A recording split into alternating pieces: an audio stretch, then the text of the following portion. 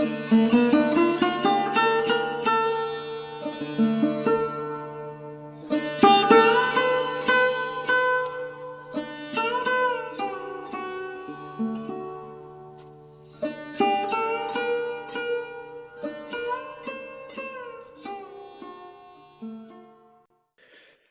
would just like to change the topic for a second. There's many heroic personalities here amongst us, beginning with yourself, Rupanuga Prabhu. But I see that I invited Sitapati Prabhu to come, and for 3 weeks, even though the JBCs in New Zealand told him, don't go out and do Harinam amongst the protesters against the jab, he went and he headed up a crew that distributed 3,000 plates of Krishna Prasadam every day, distributed hundreds of books, and did Harinam Sankirtan for 12 hours a day. So if you could just unmute yourself for a second, Sitapati Prabhu, it would be great if you could just show your smiling face for a second.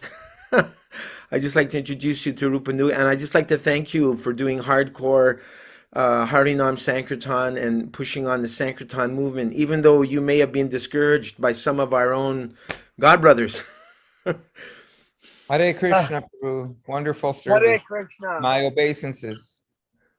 Dandavats. Yeah, I'm here with my son Prahlad Nishringa.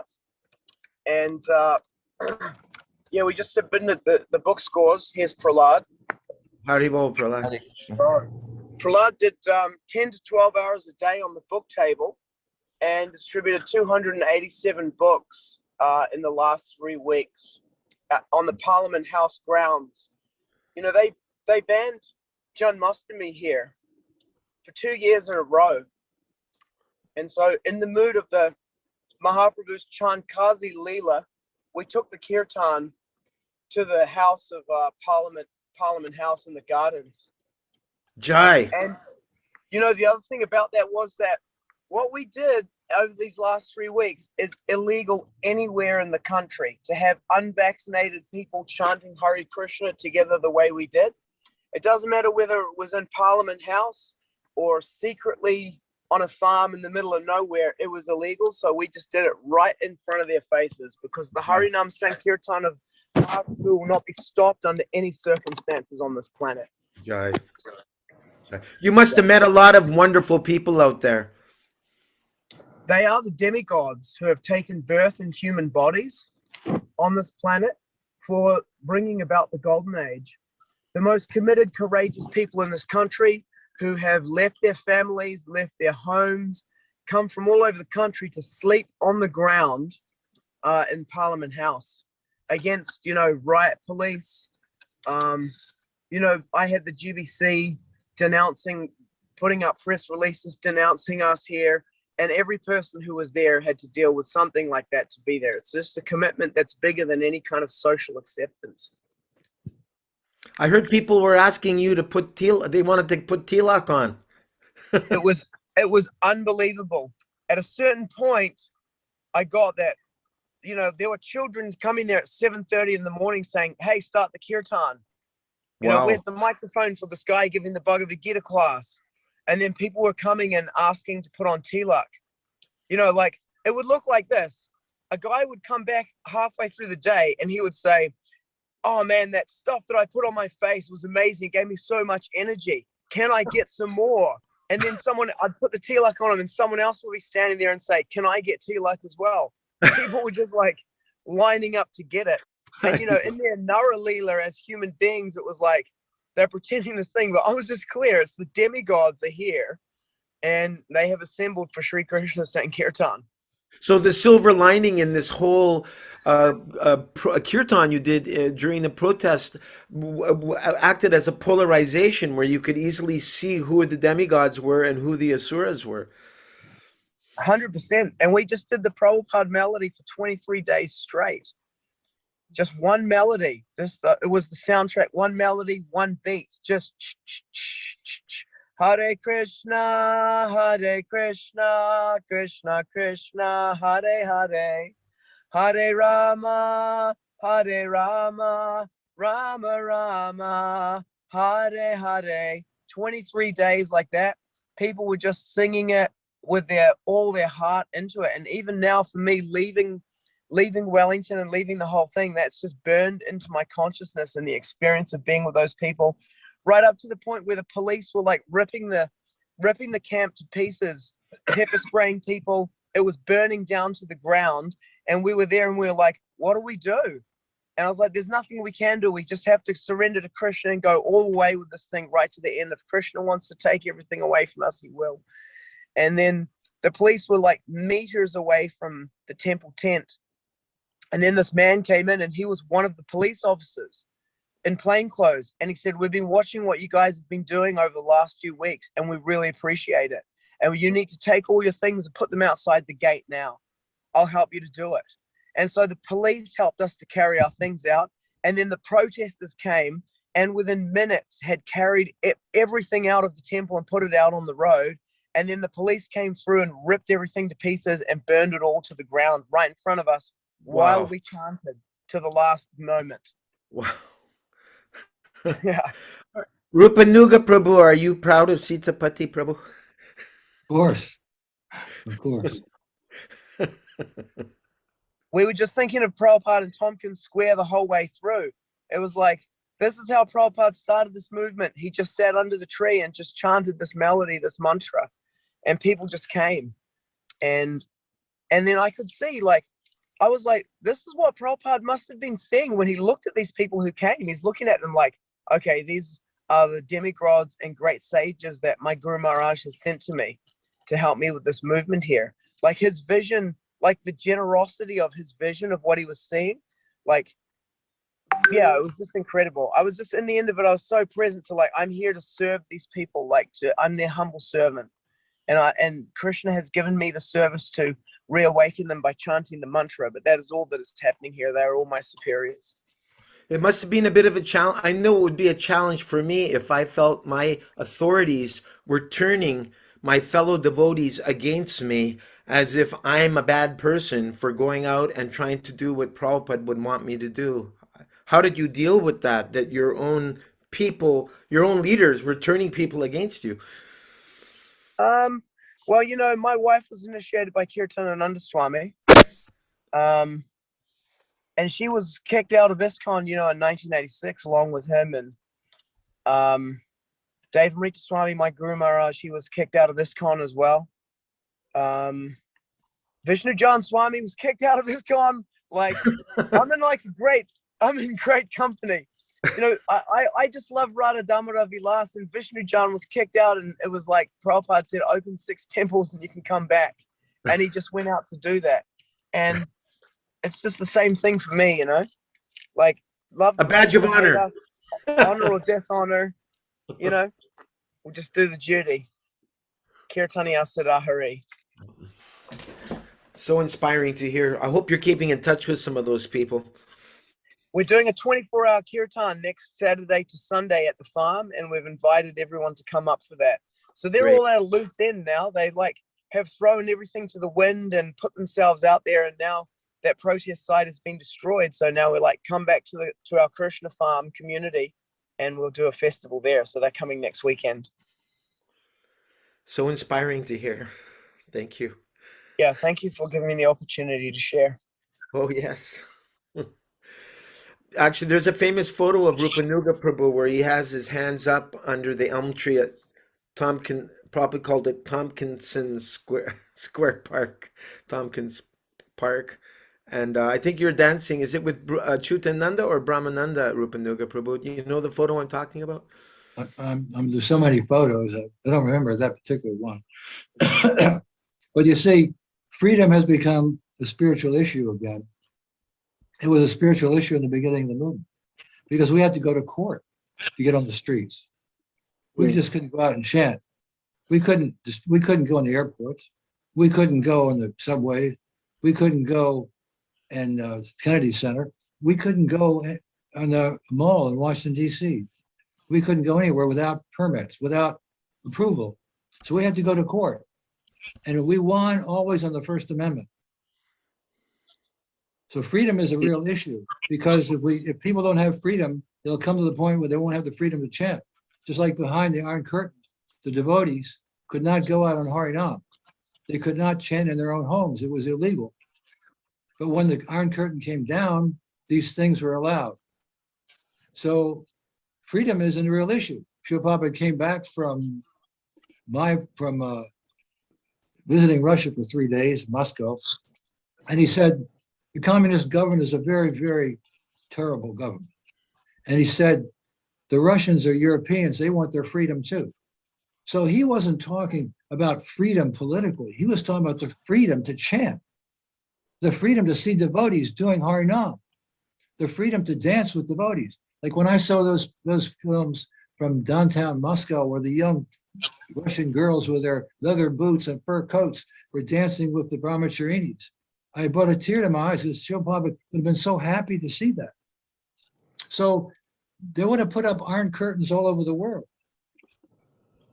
So just a matter of time before they get to us. Yes. Because we're the only people who know the answer. We're the only people, when Srila Prabhupada told me the power's in the people, we're the only ones who know how to elicit the dormant power of Krishna consciousness, and that's what you all were doing. Because communism, socialism, liberalism, progressivism are all the arch enemies of Vaishnavism. Atheism, coming in different dress. So we have to stand up. There has to be a risk taken. Sometimes we have to take a risk. And you all took a risk, and it's to your great credit. Because you could be considered by the authorities to be part of the resistance movement and be treated like those people are being treated in Australia. See, without due process of law, without any oversight. But you escaped that by Krishna's grace. You see, even in the end, you got help from the authorities. Yes. See, just like we got help from the Supreme Court in America to get this movement established, so it could be tax exempt, so it could go to college campuses, so it could go on the street. See, so there's always a risk we take. I got firebombed in 1971, Wow. preaching in southern America. I got firebombed. One brahmachari was killed, and one was seriously wounded. And all I was doing was having a series of lectures at the University of Tennessee in Knoxville. I didn't know that Knoxville was the headquarters for the Ku Klux Klan. So we had three meetings, and between the second and third, we were firebombed. Molotov cocktails, 2 of them. One bounced off one of the front door because it had a storm door up, bounced off. The other one right through the window and splashed over the brahmacharis in their sleeping bags. What were we doing wrong? We weren't doing anything wrong. See? So there's going to be a risk. There's always going to be a risk. But we don't have to play Russian roulette with these jabs. That's not our obligation. And I just read and ultimately, what we want is we want the people to join us in our protest against demonic rule. There's a quote like that Pollock just sent me today. I don't know if I have it readable, but he talks about the people joining us in our protests against mudhas and unqualified leadership. If we came out with that, that would be something. We can't do that. We can't, because we have to go according to time and circumstances. But that's the ultimate goal. As long as there are misleaders, the people will be misled. And as long as they're misleaders, the killing fields, the slaughterhouses will stay open. And that's where all the karma is coming from. And the leaders won't protect the people from their karma. They're encouraging. And as long as those killing fields stay open, this karmic payback from Mother Nature is going to continue.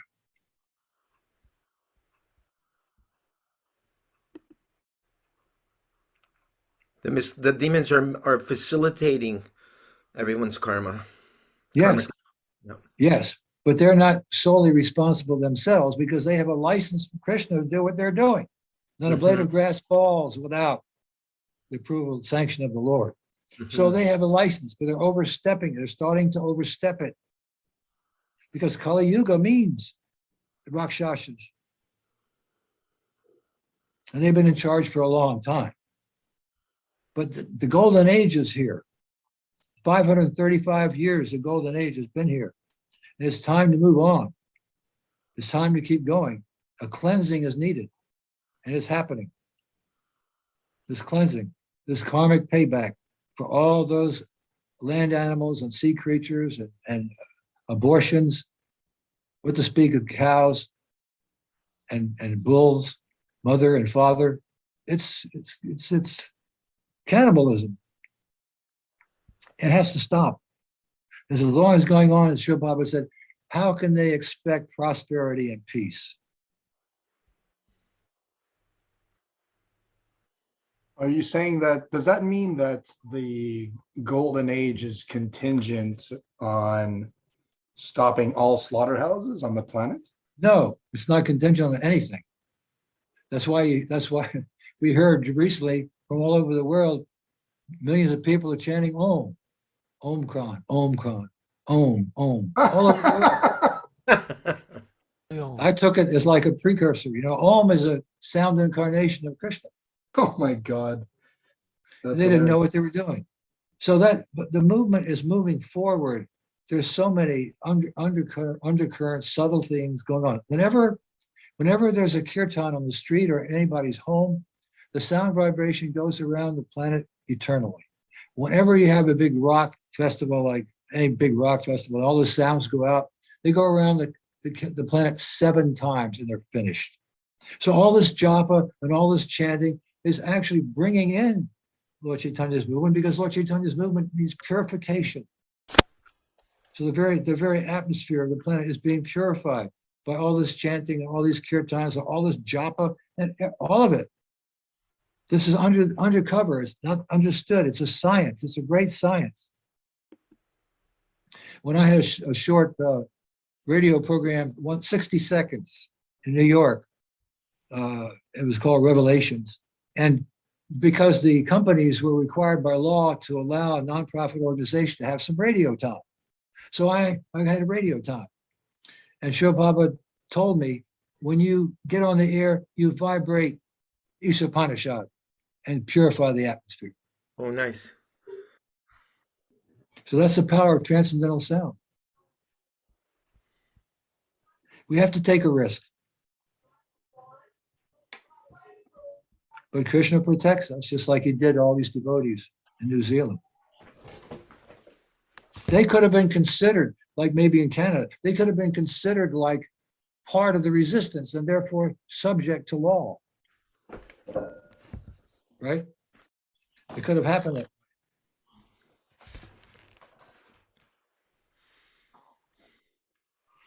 because look, what are people protesting? They're protesting interference with their sense gratification, because freedom means the freedom to go to restaurants, go to movies, go to horse races, go do this and do that, do that. So basically, it's a demand, it's a protest against limitations of sense gratification. That's really the fact of it.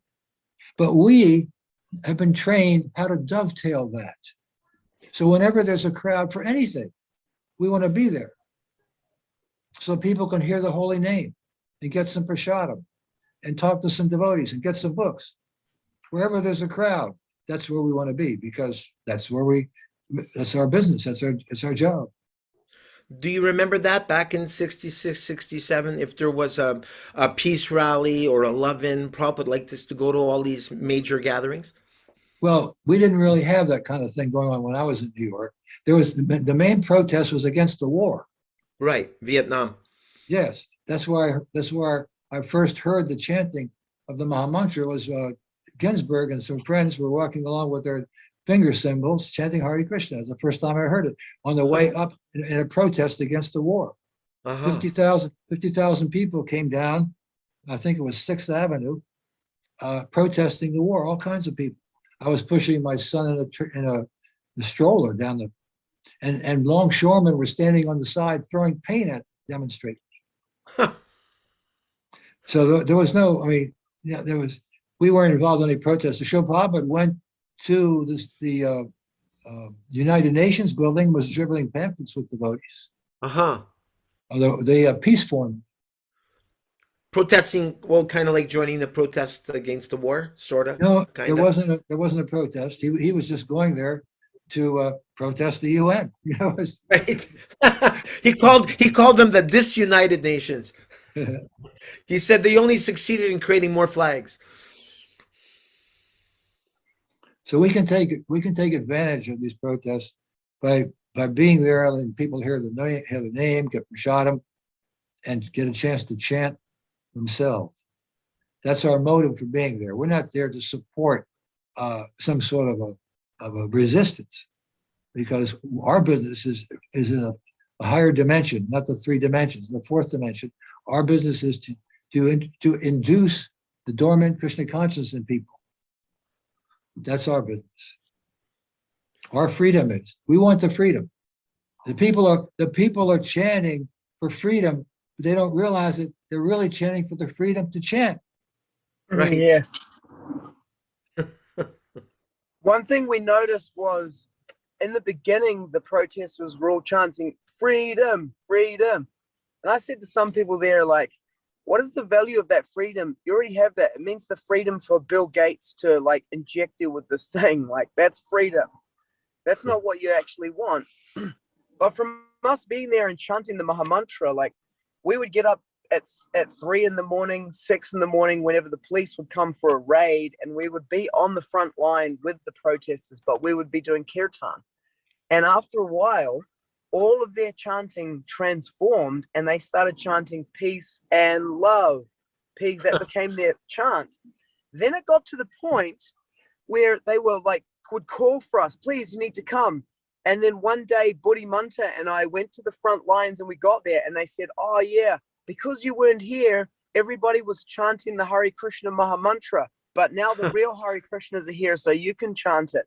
They had begun chanting the Maha Mantra because they could see the power of it, like firsthand. And they had the experience of us being with there on the front line, taking shelter of Krishna's name. Like, there's nothing else for us to do here except to chant Krishna's name. And it transformed those circumstances in such a powerful way that they were just like, this is powerful, like we should chant this.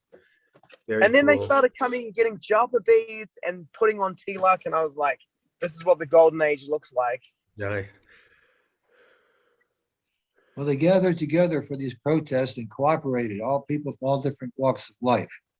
But when you came there, it made a different dimension.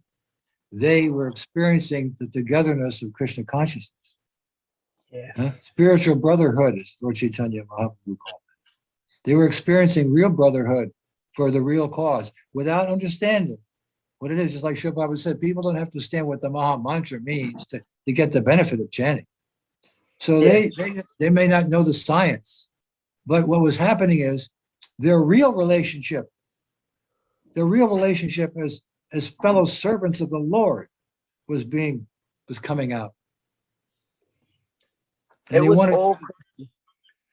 was all Krishna's arrangement. Like, even the devotees came from far north and started cooking, and they were making 2,000 to 4,000 plates of prasadam a day. And then one day, Krishna just closed down the other kitchen. So the only thing anyone could eat was prasadam. I was like, these people have left their homes. They're sleeping on the ground, performing austerities, chanting Hare Krishna and eating Krishna prasadam. Like, Krishna has his plan for these people, and we're all dancing in his hands like puppets. Yeah, if you look at it from the transcendental point of view, this is all Krishna's plan. It's all Krishna's plan to get people together to hear us, to hear the holy name, to get prasadam, to start to experience that Krishna consciousness unfolding in their hearts. This is part of the Chaitanya Mahaprabhu's movement. It's just manifesting in different ways. But the science is, it's his age. This is a golden age, the year 535 Gaurabda. This is Lord Chaitanya's age. Every day we pray, let me meditate. Upon Lord Chaitanya Mahaprabhu, who's known as the controller and enthusing us to meditate him on like that. We pray that every day in Gayatri. But it's happening. Lord Chaitanya is in control. Mhm.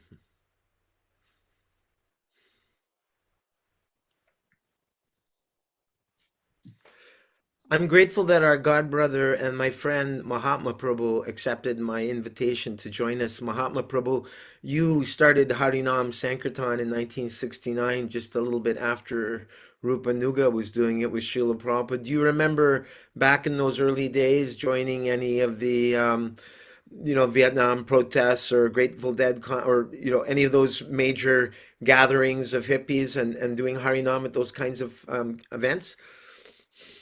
Yeah, all of them. There was a demonstration in San Francisco in the spring of 70.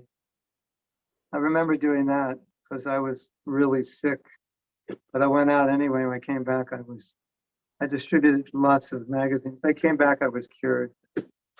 Um, then before I was a devotee, there was the Rolling Stones concert. There was that big, you remember that? I think it was in Altamont, Oakland. Altamont, Yeah, the Hells Angels. Um, right. we were part of the scene. The hippies and the Hare Krishnas were one in that sense. So we just fit right in. And we did it in Vancouver, all the outdoor festivals, rock concerts. George Harrison concert. Yeah, whatever. Yeah. Yeah. We're part of the tapestry. So that's what we did every day. So It wouldn't be a concert, it wouldn't be a major rock concert without the Hare Krishna devotees distributing books. something like that, people expected us to be there and also feeding them. Right. Yeah. Especially the Deadheads at the Grateful Dead concerts. Because they were our neighbors in San Francisco, right? Yeah. We were just part of the scene. And that's why there were so many people at Rath Yatra in San Francisco in those days. So do you think now that it's 2022, Mahatma Prabhu, have things changed? Should things change? I mean, we didn't think twice about going to peace, make love, not war, peace, honor, we attended all of those without thinking twice, right? Yeah, pretty much. Now there's a Um, hesitancy. Excuse me, go ahead. yeah.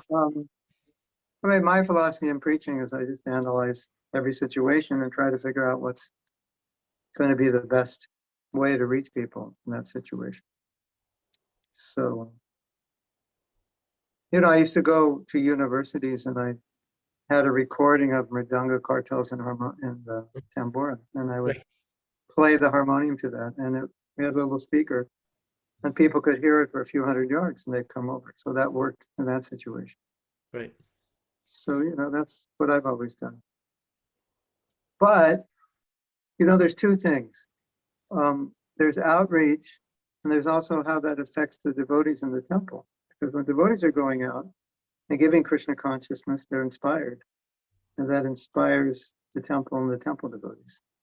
So when I travel a lot, and I can tell how much outreach is going on by the level of energy in the temple. You immediately can tell without even knowing, just by being there. There's always more energy when devotees are sharing Krishna consciousness. So, you could say, all right, we're going out because this will help people, but it's also our sadhana. I mean, that's why in the early days, we were like young devotees, but very Krishna conscious. 8 hours a day. San Francisco, sometimes we were like 11 hours on the Wow. weekends. You mean till like midnight or something? Yeah, more like 1 o'clock. My initiation day, I went to bed at 2 a.m. the night before initiation. I went up to Because bed. you went on Harinam? Yeah, we're in Sunset on Hollywood Boulevard. Yeah, till 1 o'clock, I think.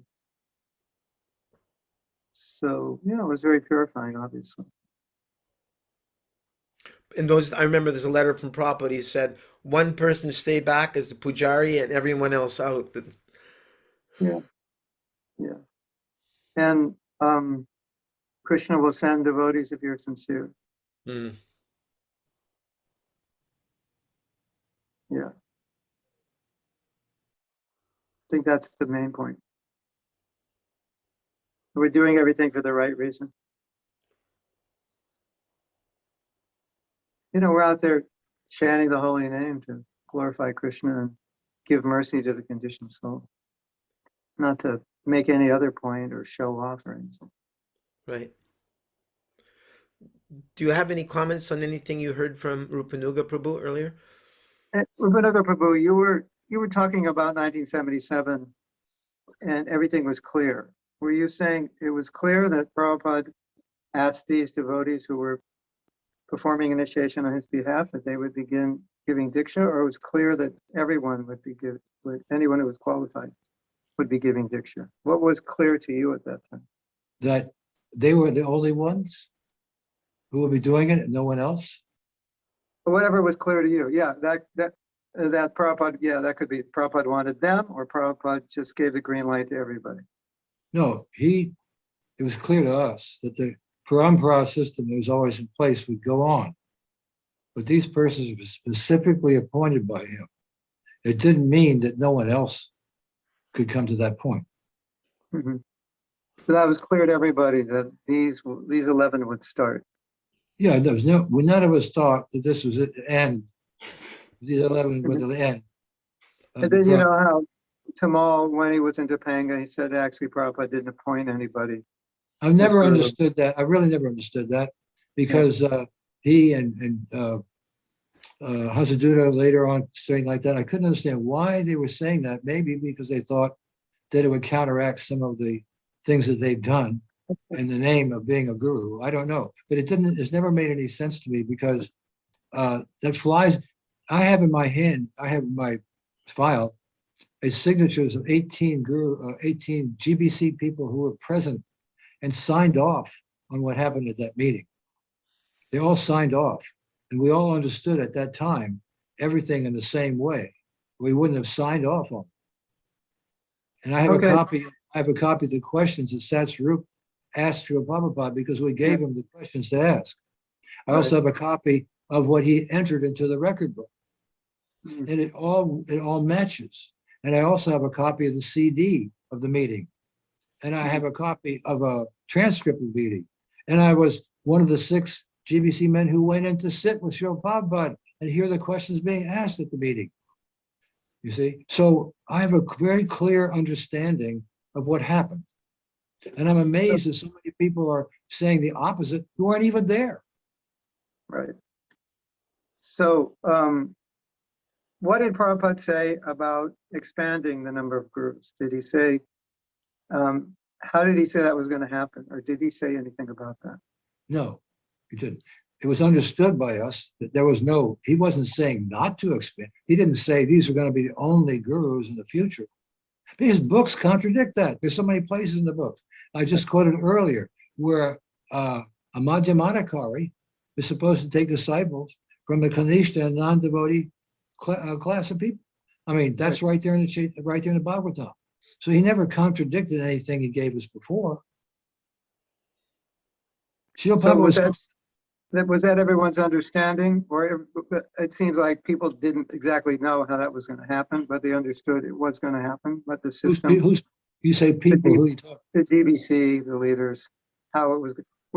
It seems like they were thinking initially we'll form a guru board and the gurus will choose other new gurus. Or they were always thinking they're going to choose. It was their responsibility. Well, that was never discussed at that time. They created that.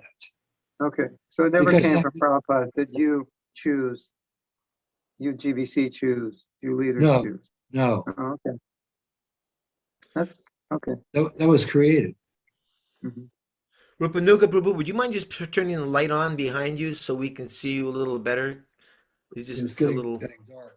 Is that better? Yeah, that's much better. Now you're glowing. I mean, you were glowing before, but it was being a little obscured. Anyway, I took it very seriously, that meeting, because the meeting was called we called the meeting to see because we had some final questions. That was the last GBC meeting, and we had some questions about the future. We weren't at all concerned about the devotees waiting in line for initiation. That didn't even come up Mhm. in that discussion with Srila Prabhupada. What came up was the future, how things would, because we were being expected by him to carry on. We knew that. So we wanted to be sure that we had any questions that we had would be answered. We didn't like going in and saying, well, after you leave, we didn't like thinking like that, but we had to do it because we were stuck with a responsibility. You see? So therefore we had this meeting because we want to make sure of what we already were talking about or just clarify what we were thinking. And that meeting did it for me. I have no question. I'm just amazed at how it's been so misinterpreted and how it's been cherry picked for certain phrases. Yeah, mostly by people who weren't there, or Exactly. or everyone who wasn't there. But the Topeka Canyon, but the fact that Tamal actually said we were never appointed is just unbelievable. I read earlier something that he wrote. I won't read it again. I read it just to show you the mentality that he had at the time. You know, I can read it. I'll read it again because it's just so unbelievable. Because it helps to explain the mentality he had when he said that.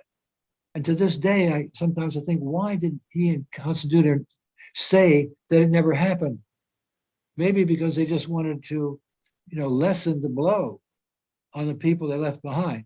I'm not sure. I still to this day don't know. But here's what Tamal said. He said, Is this a particular book that it's coming from, or what's the source? The source is from an essay Okay. about Hare Krishna Okay. that Tamal wrote as a student at Southern Methodist University. Okay. But when the guru departs, sadhu and shastra can take on a new import, as those who succeed him become the new interpreters of past precedents, scriptural law, and the new set of circumstances. Now, to me, that speaks for itself. So anyone who could write that, I wouldn't trust whatever they said. Okay? To me, that crosses this person out as an authority for anything. If this could not be understood properly, and this wasn't written down, this means this person did not understand his duties, did not understand the parampara. He did not understand what it meant to be a guru.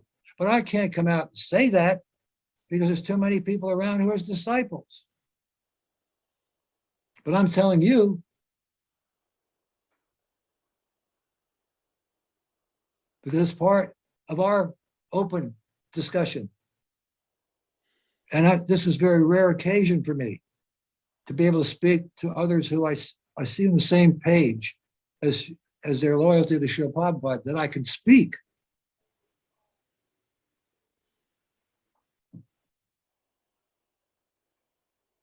It sounds like Tamal Krishna Maharaj is saying that we can nullify what Prabhupada laid out. We can supersede. That's the word.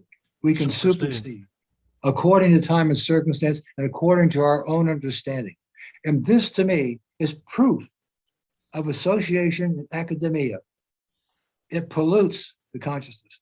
And I believe that all these devotees who went and got their PhDs, and I've heard some of them speak along these similar lines, that they think that their education allows them to understand the movement better. It's based on a pass the baton kind of consciousness. Just now I got the baton. Okay, I'm the one now. Or you can't get to Srila Prabhupada except through me. We heard that. That's right. That's because they don't believe that Divya can be passed on through sound or through books, recorded sound, or through lectures.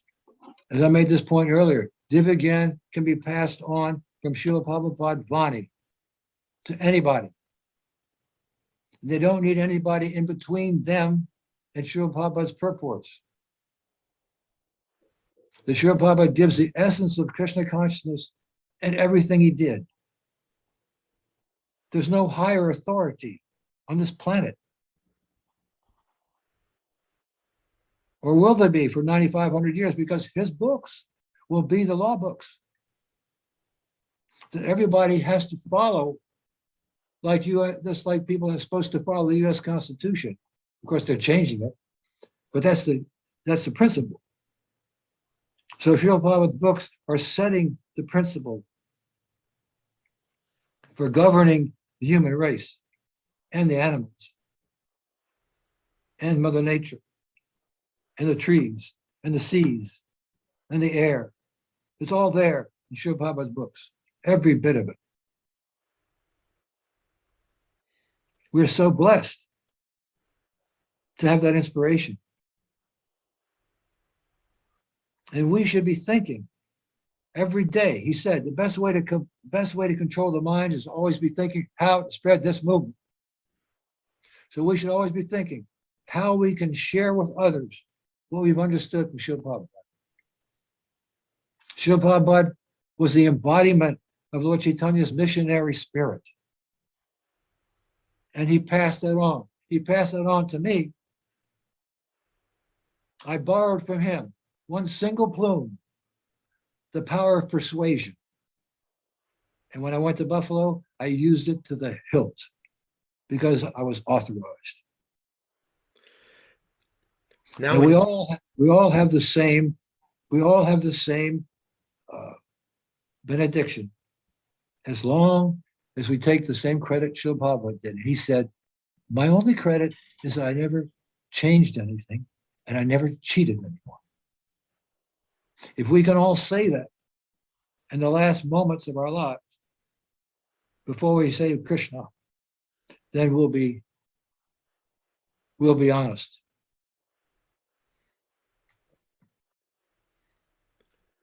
your history in Buffalo is amazing. You set up a Bhagavad Gita class there, right? Yes. Now, I was invited. Okay, I'll tell you in a nutshell what happened. So I was thinking after a year of being initiated, I was working and I had a wife and child I had to support. I have to start reciprocating. I have to pay back Srila Prabhupada. I was starting to feel guilty. So what happened was someone from the University of Buffalo contacted the storefront, I think Brahmananda, and asked if anyone could come to the University of Buffalo and teach a course in transcendental meditation. And so they had approached a master's degree student and asked him if he could do it. And he said, I can't do it, but I've seen some people down in New York. Why don't you contact them? They approached this student because he was an Indian. Okay, but he didn't know anything. So they contacted, and Srila Prabhupada was going to send somebody else because I was working. I had a family and so on. And he was going to send somebody else, but that person blooped. And they were kind of young to do it anyway. So I was a little older than them. I was they say 8 years older than most devotees. And that made a big difference for me when I went up there because the students had professors that were my age. So anyway, I asked Srila Prabhupada, could I go? I had to quit a decent job. I had to go up there on my own. But I wanted to start paying Srila Prabhupada back. So he gave me permission. So I went. I started. They gave, the university gave a facility in the student union to anyone who wanted to speak on anything, any class they wanted, because they were trying to calm the students down because of the Vietnam protests. Mm-hmm. They had burned down an outbuilding. There was tear gas because they were trying to calm the students down by giving them something. So they gave them full facility to have any class, any teacher you want. So that's why I went to teach a course. So I started giving something in Bhagavad Gita. And after a while, the students were still agitated. So the administration came up with another idea. Okay, we're going to have what's called a bulletin board college. And anyone who gets their course approved by the faculty can teach for credit. Wow. So devotees some people came to me, a couple of my students said, why don't you put your course on the bulletin board? So I said, all right, I put it up. So I got like 55 or 60 signatures of students who wanted to take the course in Bhagavad Gita. Wow. I didn't even have a Bhagavad Gita at the time. The Bhagavad Gita was at the press. All I had was a cover of that original purple Gita that they'd sent me. And when I went to meet with the faculty committee, I had that cover with me. And I passed it around. And on the back of the cover, there was Denise Levertov, there was Allen Ginsberg and Thomas Merton, who wrote all these testimonies about the book. And it was published by Macmillan Company. They were impressed that the text I would be using was a genuine text. The two students that were on the faculty committee, they were Christians. And they tried to tell me that the Mahamantra was a prayer, and that I was introducing prayer. And you have to have a separate state from religion, right? You can't mix state and religion, or education and religion. So I told them, no, this is not a prayer. This is a mantra. A mantra, man means mind releasing, mantra means mind, and tra means releasing. This is a mind releasing sound vibration, a meditation that's been chanted for thousands of years in India. It has nothing to do with religion. Very good. And so somehow or another, the course is approved for 3 credits.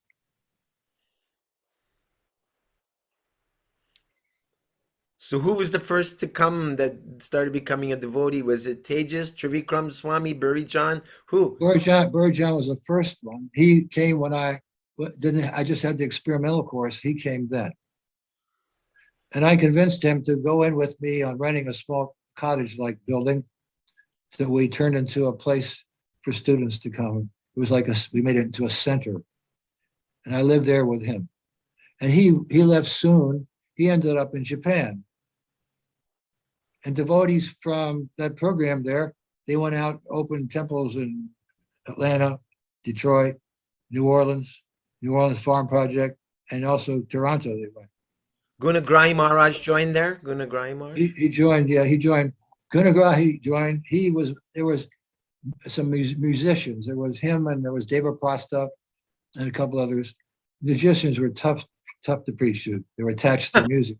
So Gunagrahi joined, Prahlad joined, and Trivikram and others. They all joined. Bhagavan, Bhagavan, Narottam, Narottam. Krishna Tejas was also. Chedi Raj? No, not Chedi. No. Lokavarnatan? Yes, and his brother, 2 brothers. Their father was a dentist, and he did my dental work free. He was so glad to have his boys associated with the temple. Oh, nice. Yeah. What was Lokavarnatan's brother's name? I forget now. I forget his name. One of them passed away. I forget. Yeah. Which. Yeah. And there was Krishna Bhamani and Jagadish and Lakshmani and Wow. Wow, unbelievable. Wow. That was like a Kalpavriksha tree there. So many devotees made. it was a vortex, some sort of a vortex. I don't know what happened. All I did was borrow that plume of persuasion. And I started off by going and sitting in the student union and reading Bhagavad Gita in my dhoti, and we didn't have curtains, so I just had a yellow shirt. So I sat there and reading, and people would walk up, "What are you doing? Why are you dressed like that? What is that on your head?" You know, like that. So I thought, and then I went out, found a tree, it's a big tree, and I sat under the tree, and I just started chanting with the cartels.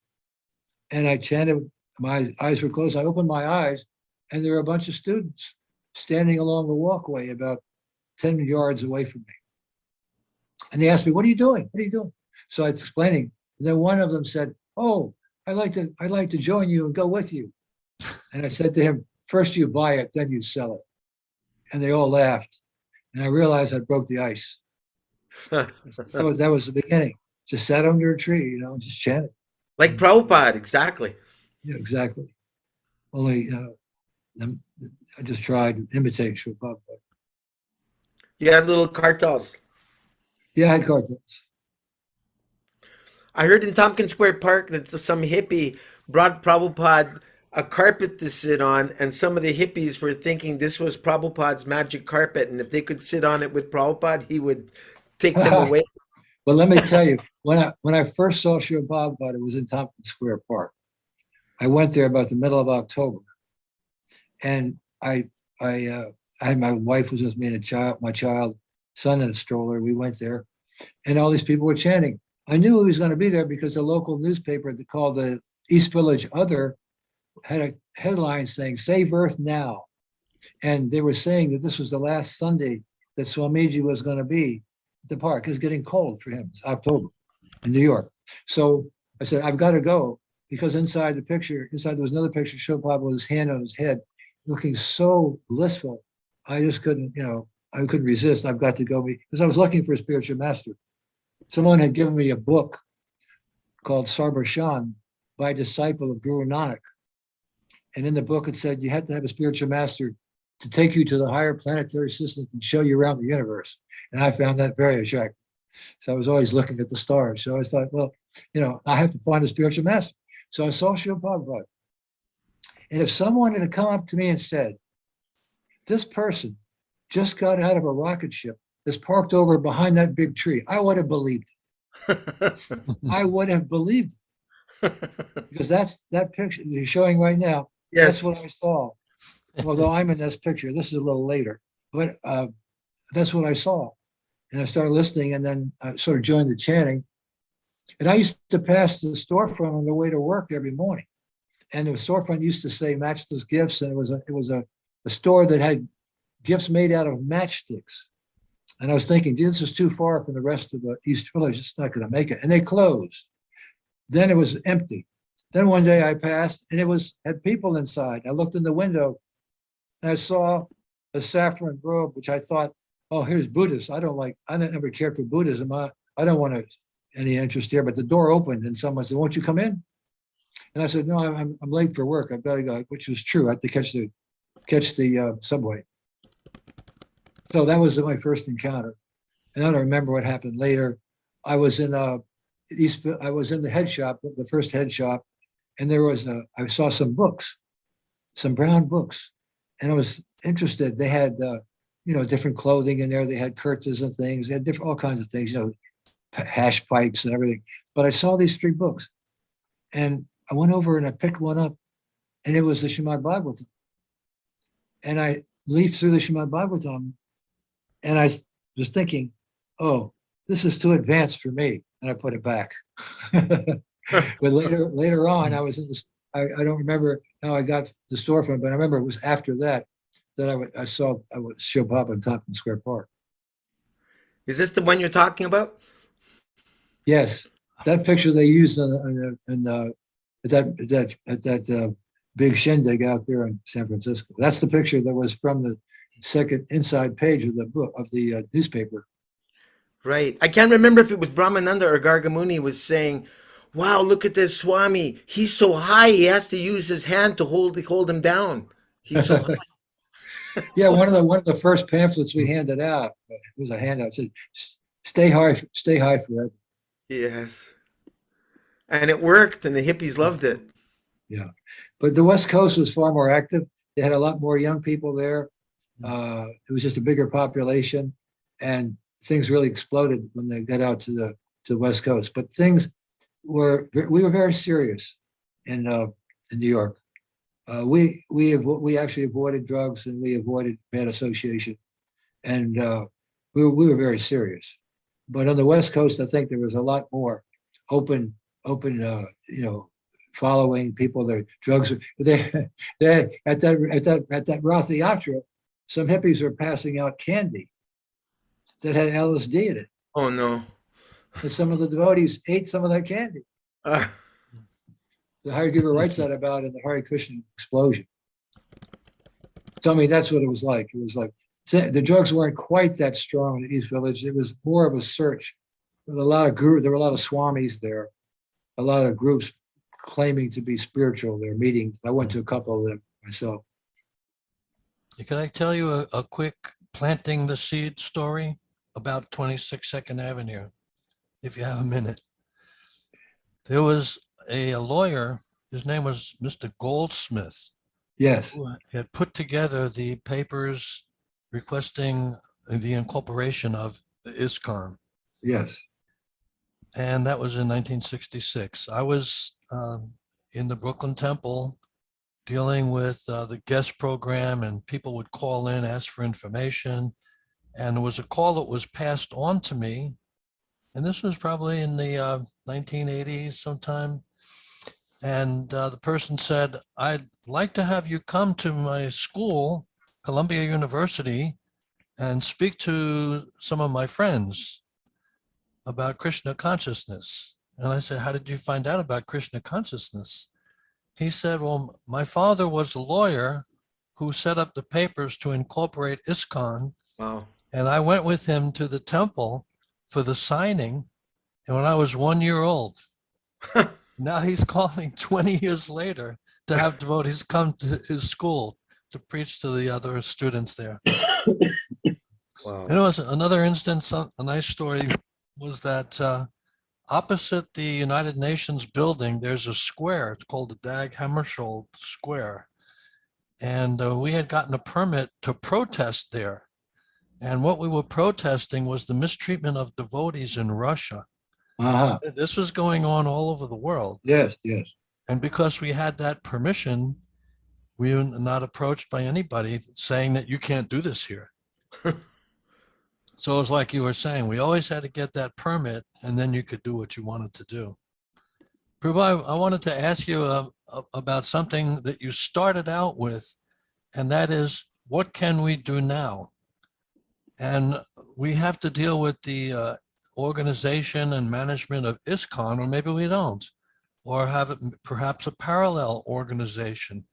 What do you see as the future of our group of devotees, those who are kind of disenfranchised from ISKCON management and direction? Okay. Well, I kind of touched on that. The last letter I got from Srila Prabhupada was in April 77.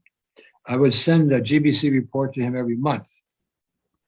And so in reply, I was told as part of the letter by Tamal Krishna, who was recording Srila Prabhupada speaking back to me.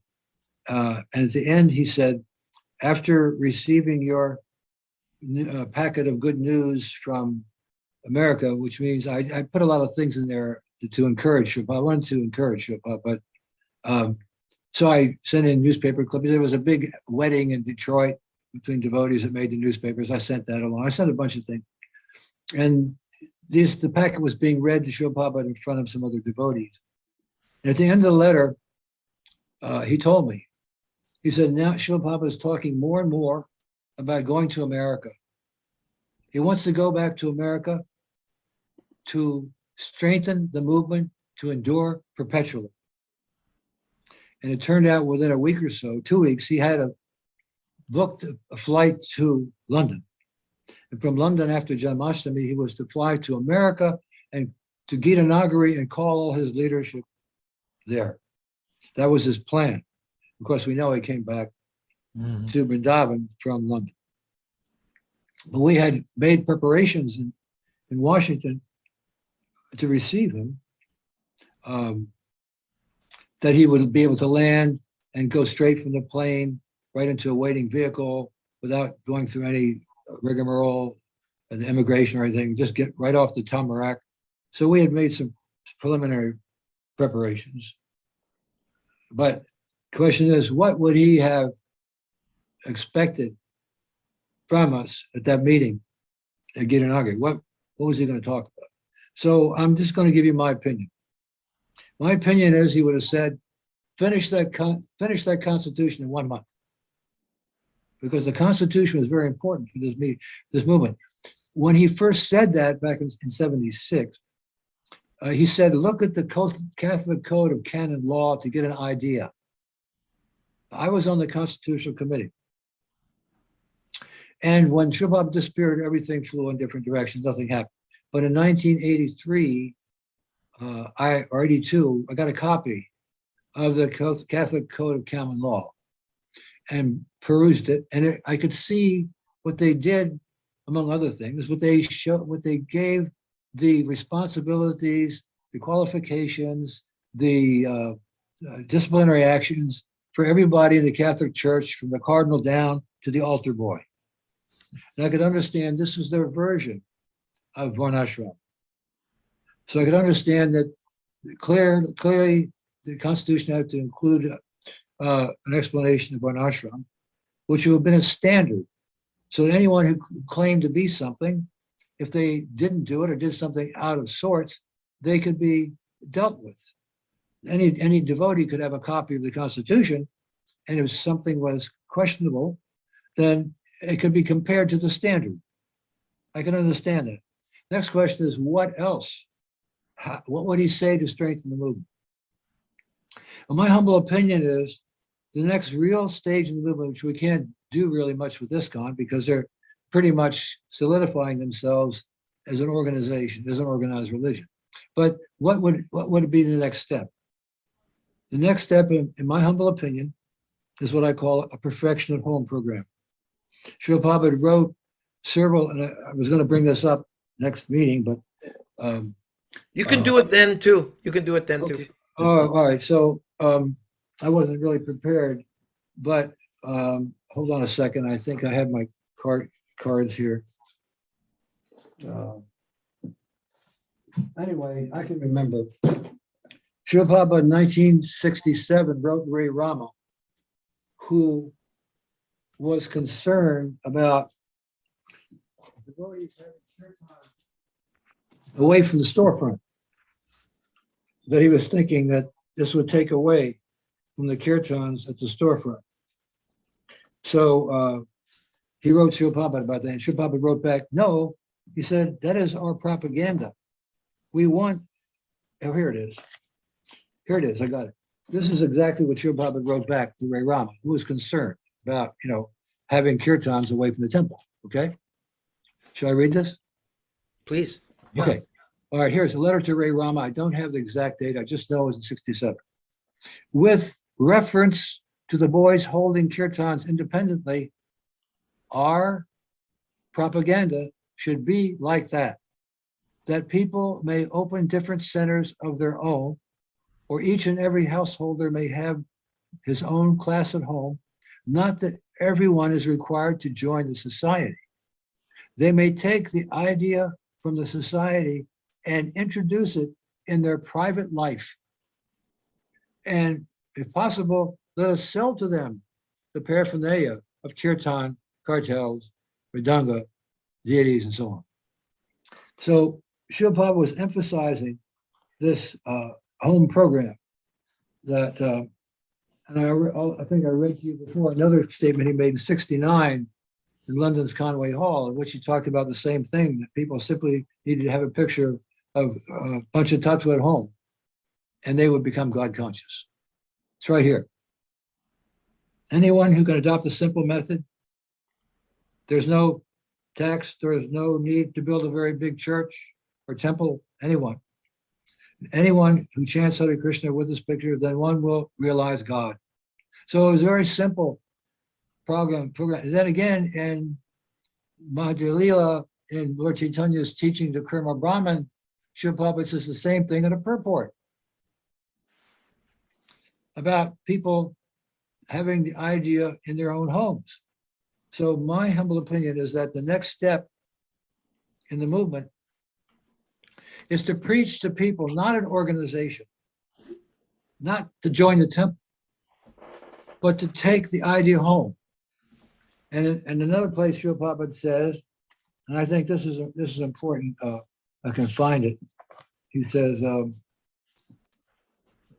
yes. Here he said, no. He was talking about, well, I can remember. He's saying, this movement is not a question of churchianity, where people come on Sunday and then come back the next week. Again, he was emphasizing that they take this idea home and practice it in their home, in their home life. I believe that's the next step.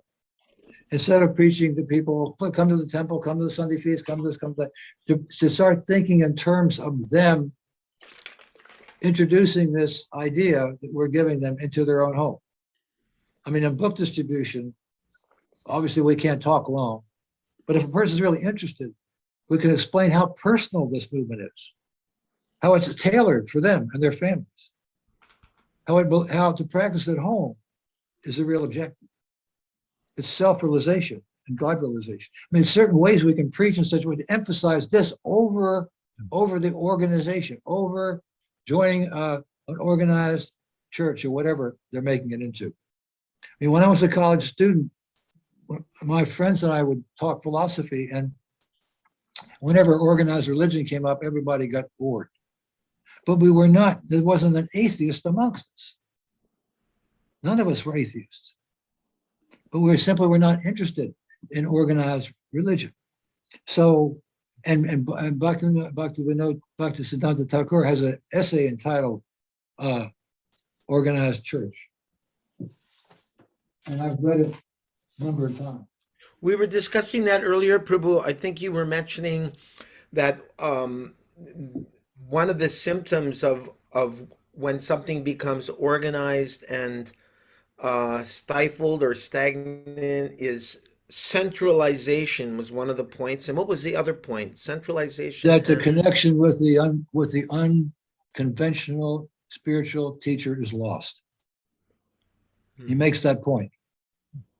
So what I'm saying, you asked me, so I'm giving my opinion, that we have to change, Srila Prabhupada's disciples especially, have to change the approach we're taking with people.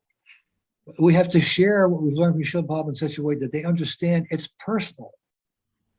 It's for them, for their families, for them to be happy in their own homes, in their own work. You see, as Lord Chaitanya said, it doesn't matter what anybody's doing. Let them add this. So we have to make that a more viable approach. You see, because we're out, those of us who are outside have outgrown the org. Org is short for organization. Right. See, what do? How do we preach? So unless we have roots in people's families, there cannot be a cultural revolution. There cannot be a cultural change. If you want to have a cultural alternative to what's going down now, it has to be planted. There has to be roots in people's lives, their personal lives, for there to be a cultural change. Otherwise, there's no question of cultural change. It's not a question of Sunday programs. It's a question of changing people's private lives, getting them absorbed. That's how you have a cultural change. You can't have it on a surface. It's got to have roots. As far as educational institution goes, well, we have the books. We have all the books we need. So that's my opinion, that we as individuals, we're getting older, we have wisdom, we have what we've learned from living the life of Vidya and Vidya, both of them side by side. We know what it means. And we have the ammunition, we have the knowledge, we have the realization to preach to people that this is for your person, this is for you. It's a person, this is personal. It's not an organization. It's a practice, a personal practice. It's bhakti yoga. Anyways, this idea has been slowly growing, and I haven't really, worked it out in so many details. But it's a question of attitude and approach as to what the mission, Hare Krishna mission that Srila Prabhupada brought to America, what it was. And to me, the mission was a cultural alternative and an educational institution. Mm-hmm. That to me is what Srila Prabhupada wanted, what he started. And I think that's what we have to, as servants of our master, we have to think about how we serve him in a way that's pleasing and enthusing him. So I believe that this movement, he was going to, what did he mean by permanent endurance? What did he mean to endure permanently? You cannot have a permanent endurance without having cultural roots. And as he said, if the government's against the movement, it cannot succeed. Mm-hmm. We're not in that position. We don't want to be in a position where we are lumped in with this resistance. We were just lumped in. We're not lumped in. We have our own mission. And our mission, as I learned again today, was we want the people to join us in our protest against the demons, our protest against bad government, our protest against misleading the people. That is our protest. And we want the people to join in that protest. You see, we're not interested in joining their protest. We want them to join our protest, which is above any political considerations, above sense gratification. Right. But to play the devil's advocate for a moment, just to take the side of the temple authorities for a moment, their fear or their concern that, oh no, don't go to these protests because you will get lumped in as the resistance against the government. But we saw what happened in New Zealand. Right. We saw what happened. We just heard it. So that didn't happen. That could happen, but it didn't happen there because they were depending on Krishna. Jivan Mukta, myself, and Pradyumna, who came with about a dozen from Montreal, we went the week before the UN troops came and started smashing the truck windows and locking people up and freezing accounts. We went the week before they started doing that. So, I mean, if we saw that was going on, we would have not participated. We would have left the scene. But it was still safe when we went. Yeah, well, we have to use our intelligence. Right. We don't But- want devotees. But as Lochanananda Prabhu pointed out, it's the duty of the authorities to have that cooperation is a two-way street, and the authorities must also trust those who are serving with them or under them that we do have some sense of wherewith it all, not that they just ban us point blank. Yeah, but they don't. Right. They No, don't. They don't. They don't. So this is a grassroots movement. And if there's a lack of leadership, the vacuum has to be filled. Hmm. We're not stupid. We know what has to be done. If we understand what the mission is, then we'll get the power from Krishna, from Lord Chaitanya, from Srila Prabhupada, the inspiration from the Lord in the heart to carry on in whatever way we see. We have to use our intelligence. We're not going to go in the middle of a fray between the police and protesters and Right. jump in. No. Exactly. I see that my friend here from Hamilton, about an hour south of me, Henry Krishna, is here, and he has gone to Vrindavan at least a dozen times. I don't know, Henry, if you're free, but Henry has encountered many teachers within ISKCON and also outside of ISKCON. I was just wondering, Rupanuga Prabhu, if you could say, what do you think, you've known many teachers, what do you think distinguishes Srila Prabhupada from the many Eastern teachers, spiritual teachers that come out of India? Henry, please meet my godbrother Rupanuga Prabhu. Henry, when did you first meet the devotees of Krishna? It was a dozen years ago, longer than that? When I first met devotees, Yeah. 1990, Okay. way back, 30 years ago, long time. Right. And you've met many devotees that you've liked and inspired you, and you've also met devotees who sometimes you feel you may question their character or something. Is that right? Mixed, it's quite mixed, and Mixed. people are struggling with their, wherever they're at kind of thing. Right. And, but generally, I'm struggling too, it's that kind of game in most cases. It felt like as far as, devotees I met, they were just,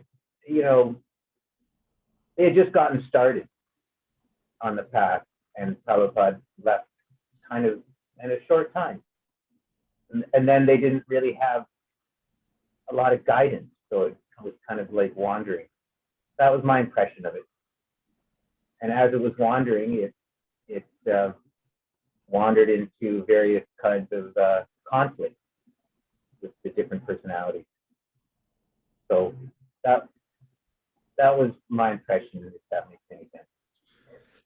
So, I don't think, Henry, you got into Buddhism much, right? Not so much. no, not Buddhism, no. No, more the yoga Vedanta line. It, as far as over the years, Yeah. um, everything was kind of, in my mind, it was centered around Krishna. Everything that I Uh-huh. heard, Krishna and Ram, and then I guess the other personality that kind of loomed rather large was Shiva. Uh-huh. Shiva is like maybe the single biggest personality in Indian culture, Mm-hmm. in a sense, So, but in my mind, it was kind of all around Krishna. You pick your personal deity, in a sense. That's Ishtadev kind of called. how I, Right. yeah. Yeah, So, Rupanuga, Henry plays the piano, and he plays the Hare Krishna mantra very nicely on the piano. It's beautiful. So look, we're in a search. Everyone has a brain. It's searching as a human being. That's what it means to be a human being. To be intelligent as a human being means to be searching for the purpose of life, to be searching for the truth. So it requires some discrimination. If you compare Srila Prabhupada's books with anybody else, or his lectures with anybody else, if you compare honesty with submissive oral reception, you cannot fail but reach a conclusion that his books are authoritative, that he's speaking the truth. You have to compare. If you accept Srila Prabhupada as your highest spiritual authority in your life, you're on the safe side because you'll be able to understand everything else, material and spiritual. You'll be able to understand where anybody is on the spiritual path. But you have any of us who want full spiritual knowledge have to see things through Srila Prabhupada's perspective, which is perfect. And if we understand that and take shelter of that, then all of our questions about the purpose of life, about our origin, about where we're going, about karma, about all kinds of questions are all answered in his book. And I say to you, you will not find any other publications or writings of any kind that are so complete in their capacity to answer all questions you may have. Any question you have, spiritual question, serious question, can be answered by Srila Prabhupada Vani or his teaching. I guarantee you. Oh, you know what? It's on, sorry. Sorry for that. Well, anyway, I'm just saying many devotees have said to me that when they had some problem, personal problem, so they would just open the Gita and find the answer. You know what I'm saying? It's all there. Believe me. You have to trust Srila Prabhupada. He had no motive. He never cheated anyone. And he never changed what he learned from the disciplic succession of spiritual masters that came in. He can be trusted. He's telling the truth. So all I'm saying is you can compare Srila Prabhupada with anyone. It's up to you. But you have to make the comparison yourself. You have to compare what you've heard from him with anybody else and see who wins. See who wins. You have to make that decision who wins. Because you're intelligent. You can understand. My bet is you'll decide Srila Prabhupada wins. That's my bet. If you give him equal time.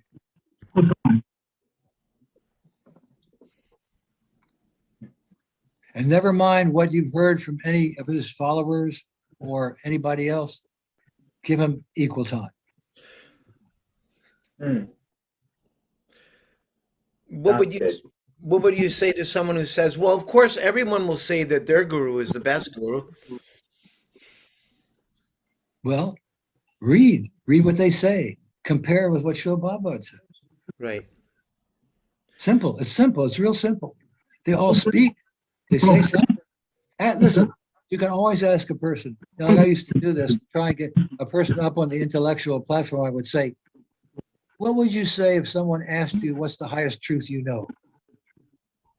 That puts them up on the intelligent platform immediately. They actually have to think about, well, what is the highest truth I know? Okay. So you have to ask yourself, what is the highest truth you know? And then compare that truth with Srila Prabhupada's books. And compare. Compare. I recently met a circle of people who love chanting Om Nyo Renge Kyo, Om Nyo Rengo, this Buddhist chant. And, I've only just met them. They're lovely people. I gave them prasadam. One's a natural path, and they introduced me to their clients. I did kirtan for them. And they were raving about this chant. I said, okay, very nice. I said, just try adding the Hare Krishna mantra on. I didn't think it was a good idea to say, well, my guru came nirvishesha shunyavadi. He came to destroy voidism. Like that doesn't make sense.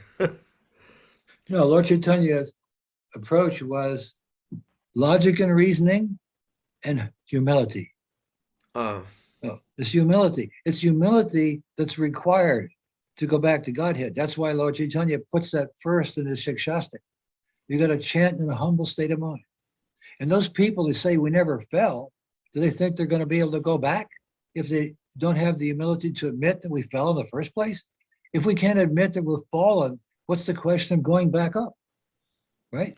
So that's it. Humility is required. There has to be humility when we preach. There has to be humility when we teach. There has to be humility when we read, when we hear. It has to be an attitude that we're fallen. We are fallen. And that's our qualification. See, the opulence of a conditioned soul is humility. That's our greatest opulence, to be humble. Everything follows from that. Thank you. I'm just wondering, over the years, you must have met many people that were into Buddhism and you gradually work with them. How, one thing we can say is that, well, Lord Buddha is an avatar of Vishnu. We honor him as such. However, he didn't come to teach theism. That was not his purpose. It was to stop animal slaughter. Ahimsa. Yes. Ahimsa had nothing to do with human beings. It had to do with animals. But a philosophy has evolved, which we don't accept. It's voidism, we don't accept. But listen, when Srila Prabhupada said the land of voidism and impersonalism, he wasn't talking about Buddhist voidism. He was talking about scientific voidism. Oh. And when he said impersonalism, he was talking about religion who knew something about the servant, but nothing about the father or the master. See? So that's the impersonalism and that's the voidism. When Srila Prabhupada came here, he wasn't preaching against Mayavadi philosophy in America. He was preaching against scientific voidism till the end. And he always said, you have to love Krishna. You've got to know him. We have his address. We have his photograph. We have his possession. We know what he wants. We know his home. We have all that. You see? And when you don't have that, your God is impersonal. You may not be an atheist, but your God is impersonal because you can't love someone you don't know. Right. You can talk about love of God all day, but if you don't know, you can't love him. And It we would know seem that. more, yeah, go ahead. Sorry. We know more about Krishna than anybody. Right. It would seem that Buddhism is a form of secular humanism, the idea of I want to be good, but without God. Because they appreciate the dharmic principles of Buddha. I don't know what are the noble, there's so many noble truths in being a Buddhist, but they're like being honest, doing no harm, like sattvic principles. They're attracted to that. Yeah. And then when I was visiting, I was in Bangkok, and I noticed that on many street corners, there were little shrines to the Lord Buddha. And people would come up and make offerings and put those offerings. And I thought that was very personal. So I talked to a Buddhist priest who was there at the temple of, it was a temple of Buddha where the deity, the shrine was carved from one stone. I have a picture of it now. It was one emerald, carved from an emerald stone. And I talked to one of the priests there. I said, well, what happens to you after death? What do you have? He says, we achieved Buddhism. And I said, what is Buddhism? And he couldn't explain it. He couldn't tell me exactly what it was. He said, but yes, we appear, you don't become Buddha. No, we don't become Buddha. We achieve Buddhism, Buddha-like, life. So that's what I got from him.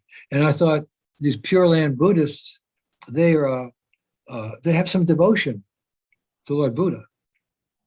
Otherwise, they wouldn't be offering things to his image on the street corners. I read in the Conversations, Prabhupada said, if they go on worshiping Buddha like this with an arctic, offering him incense and whatever else they offer, gradually they'll come to the point of discovering Krishna Bhakti. But he said that's not the recommended process. It could take a long time. Yeah, it's too slow. It's too slow.